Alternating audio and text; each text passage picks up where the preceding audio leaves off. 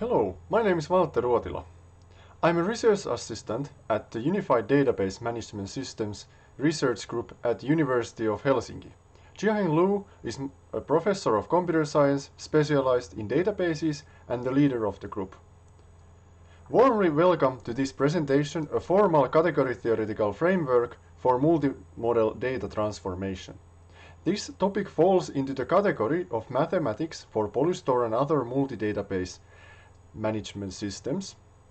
To address reviewers' comments, we try to balance the presentation between representing new ideas and being a sort of tutorial on the mathematical concepts. In that case, this presentation would be useful also for those who are not familiar with category theory.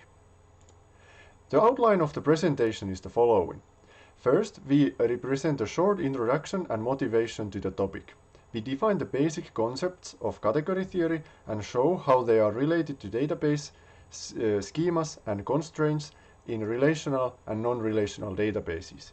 We proceed by introducing functors and how they are used to define database instances. We then define data transformations between these functorial instances as a solution to a category theoretical lifting problem. Finally, we conclude the presentation and show some directions for future work. So let's proceed to the introduction and motivation. Modern polystores and multimodal database management systems are complex systems, and the current formalism doesn't really describe these systems very well. While these systems and languages are advancing at an increasingly fast pace, the actual foundation is not getting attention as much as it would deserve. We argue that the theory describing the systems has to evolve along with them. For example, modern SQL supports JSON and XML features, and some dialects of SQL, such as PGQL, even support property graphs. The problem is that relational algebra cannot really describe these extended versions of SQL. We claim that one reason why relational algebra became so remarkable is the fact that it has a pretty solid mathematical basis. Similarly, a solid mathematical foundation would highly benefit research and industry in the case of polystores and multimodal databases. In this work, we are also focusing on formalizing data and schema transformations, which form a significant part of the data integration and migration problems in these systems. Whereas SQL is set theory based, we are aiming to build our theory on category theory. So here are our goals. Our first goal of this work is to continue the previous research connecting category theory and database theory. Secondly, we want to formalize graph and hierarchical models and instances in terms of category theory. And finally, we want to define data transformations in polystores and multimodal databases as a solution to a category theoretical lifting problem. So what is actually category theory? Mathematicians Saunders Mac Lane and Samuel Eilenberg developed category theory in the mid-40s as a meta-mathematical tool to do algebraic topology. Since then, it has become a standard area, its own area of mathematics to do modern mathematics. And category theory is possibly the most successful and the most general proposed meta-modeling language. It is widely used in computer science. For example, it is used to model functional programming languages, machine learning, quantum computing, and natural language processing. So, what are the fundamental concepts in category theory and how to utilize those concepts in database theory? Let's proceed to the category theory and how it is connected to schemas and constraints. Here is the precise definition of a category. A category consists of objects and morphisms. Objects can be, for example, sets, numbers, tables, types, etc. Morphisms are certain relationships between objects, and they are also called as arrows. This means that every morphism has a source object and a target object Morphisms can be composed. So if F is a morphism from A to the B and G is a morphism from B to the C, then there exists composition morphism that goes from A to C. Besides, we assume that the composition operation is associative and every object has an identity morphism like this one here. An alternative way to understand a category is to consider it as a graph that has a certain additional structure. The additional structure is the property that every composition of edges and paths is included in the graph. Here is a simple example of a category. The circles represent objects and the arrows are the morphisms, and all the compositions are drawn as well. Here we have two examples of categories. First one is the data types and typed functions form a category where data types are the objects and typed functions are the morphisms. Because typed functions can be composed, the composition operation is automatically defined.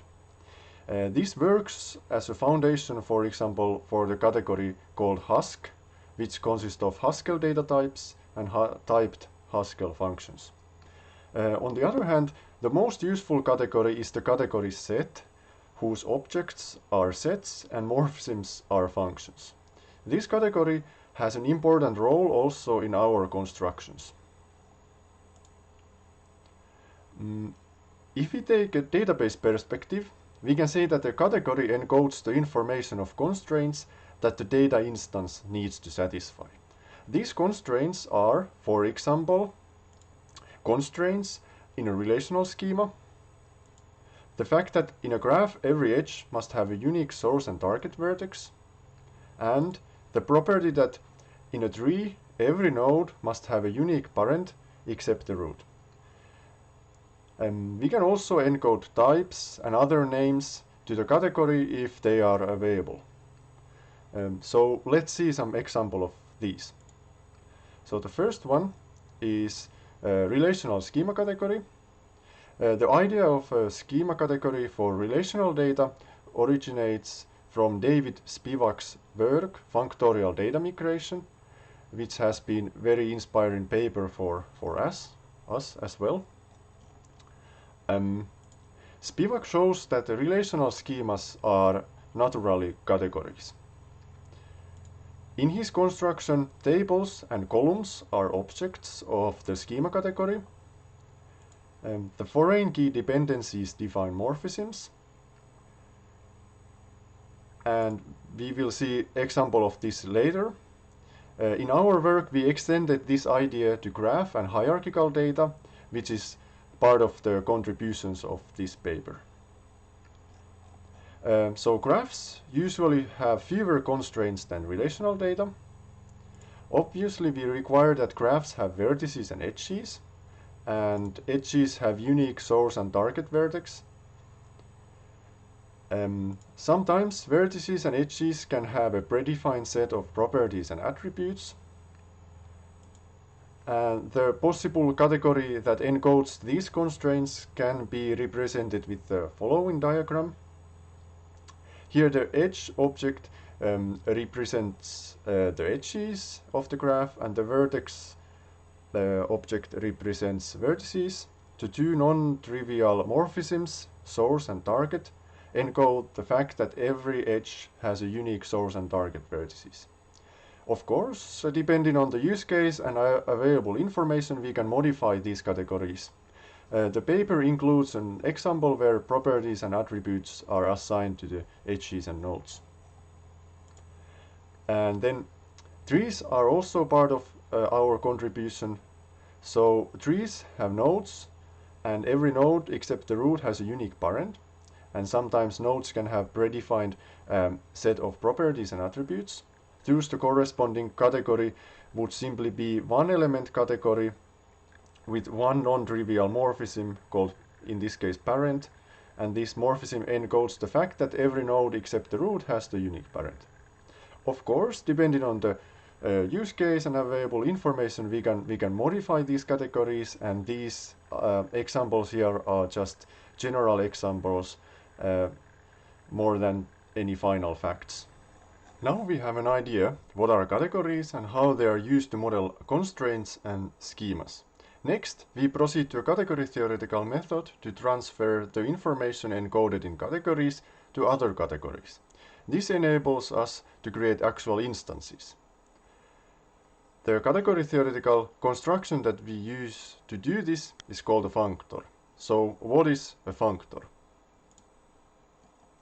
A functor is a structure-preserved mapping between two categories. Because we used categories to encode constraints, we can say that functor is a database constraint preserved mapping.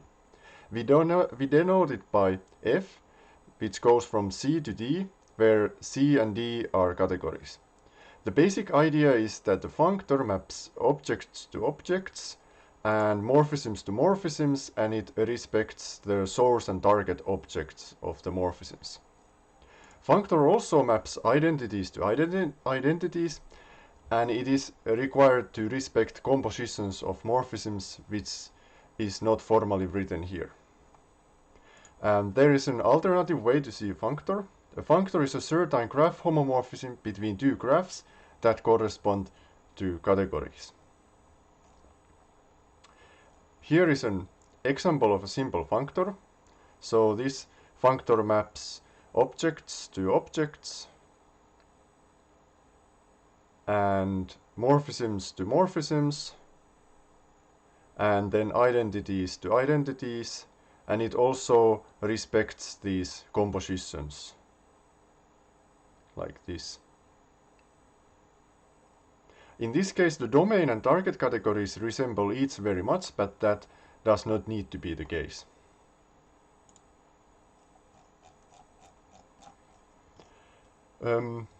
Functors have an important and twofold role in our theory. First, functors can be used to transfer constraints from schemas to data instances. Second, functors can be used to make changes and updates to schemas in a very precise manner. Then recall the category set where the objects are sets and morphisms are functions. We can write an instance, a data instance, as functor f from C to Z, where f maps the schema category C to the category Z. And here the schema category C refers to either relational, graph, or hierarchical schemas. Examples should clarify this later. In this work we follow set semantics, but category theory enables us to choose other semantics easily, for example back semantics. And as in a relational database, the data conceptually lives in sets. Similarly, in this theory we decide that data is modeled as sets. In this example, this is a relational instance functor. So in this example, the upper rectangle represents the schema category for the relational data. It contains tables that have some attributes. The arrows are pointing from foreign keys to primary keys, and the keys are marked next to the arrows. And these arrows are now the morphisms of the schema category. Since these dependencies are functional, the composition of the arrows is always defined. The lower rectangle is the image of the functor in the category set. The table descriptions in the schema are mapped to tables containing the data. And although we illustrate them as tables, in the theory they are sets of tuples as in relational theory. The arrows represent functions between the sets. The functions map tuples with respect to the foreign primary key constraints. This kind of construction does not look new. We are very familiar with different kinds of diagrams that describe relational databases. And David Spivak points out in the functorial data migration paper that relational databases are very naturally categories. Often it is easy to find category theoretical constructions in different applications, but the bigger challenge often is that if they are really useful constructions. So category theory tends to over-abstract things. The second example represents a graph instance functor. The upper rectangle holds the schema category for the graph. This schema category is the same that we already saw in this presentation, except that now we have also encoded some properties and attributes for vertices and edges. This graph schema is again mapped to the category set. The edge object in the schema category is mapped to the edge set, and the vertex object to the set of vertices. The morphisms are mapped to the set-valued functions, which assign the source and target vertices to edges. The graph is represented using the set notation, which is this upper one, but the graph is easier to read using the ordinary graph representation here, the lower one. But both notations encode the same information. In this part of the presentation, we concentrate on data transformations. Before that, we need two more concepts from category theory: natural transformations and Kahn lifts. Categories and functors are usually not useful without natural transformations. So, what is a natural transformation? A natural transformation is a structured preserved mapping between two functors. Here the abstraction level goes a bit deeper. In some sense, natural transformation is a higher order function. Mathematicians noticed that there are certain so-called natural requirements that different constructions and systems in mathematics should satisfy. We require these natural properties from the natural transformation. The exact definition is quite long and technical, but it is presented in the paper. Here is a simple example of a natural transformation.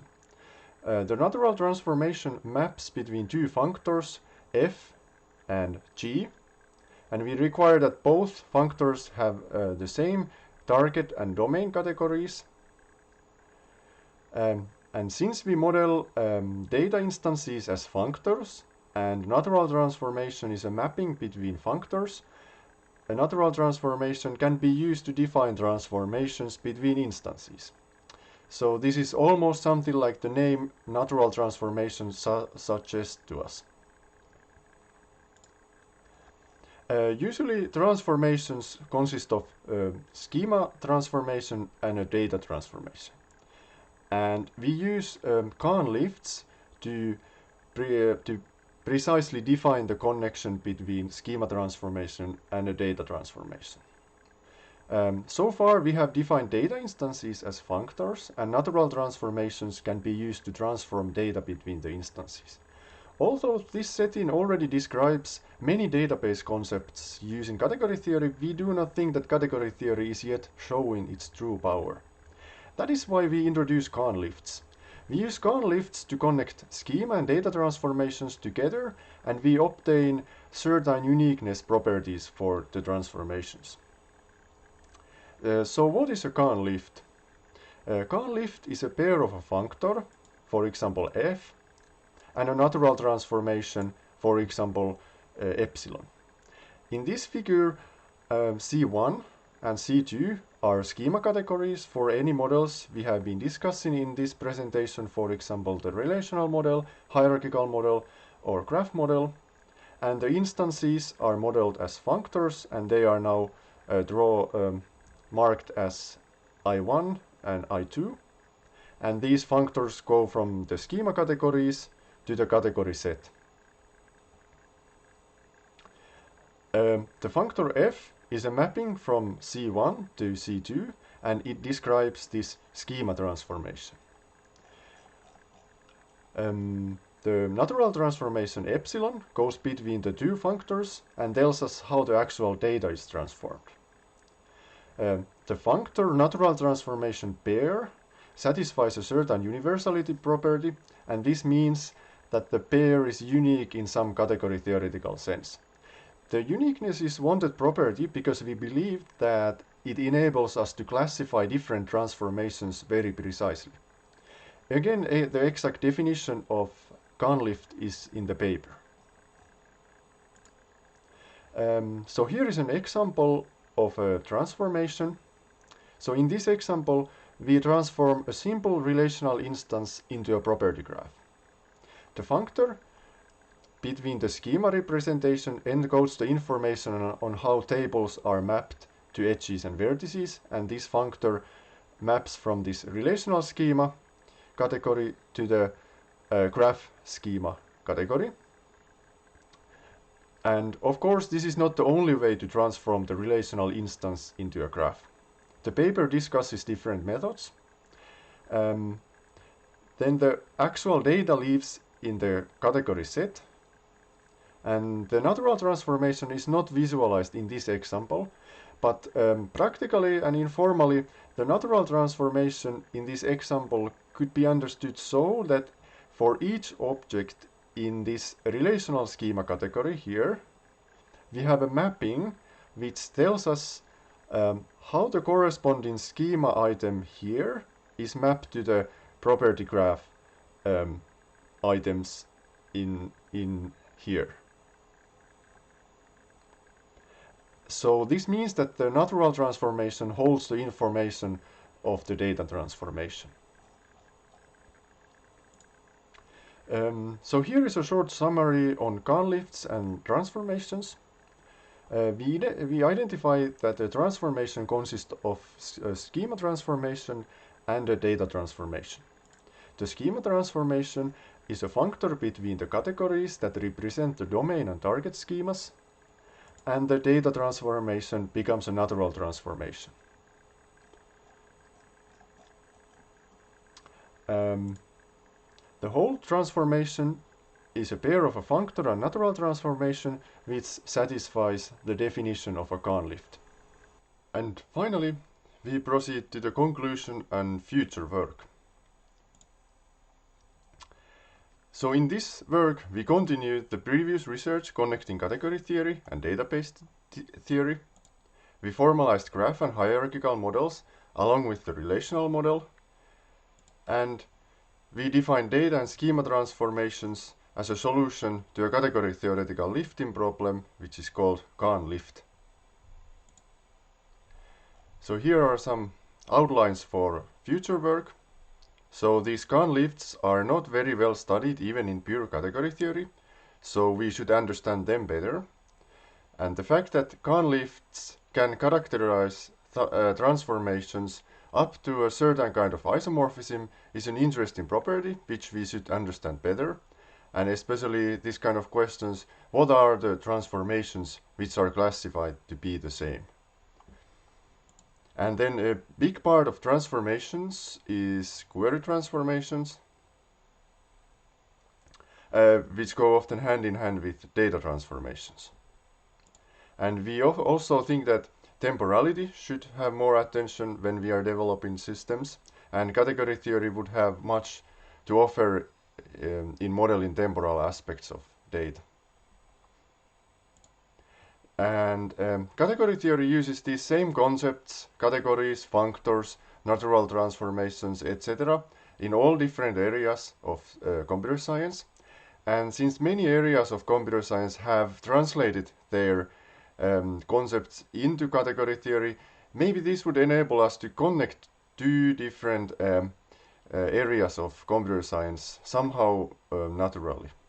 So, for example, this would include that we are enabled to connect databases and AI better, databases and natural language processing, and databases and quantum computing. Yeah, thank you very much for your interest.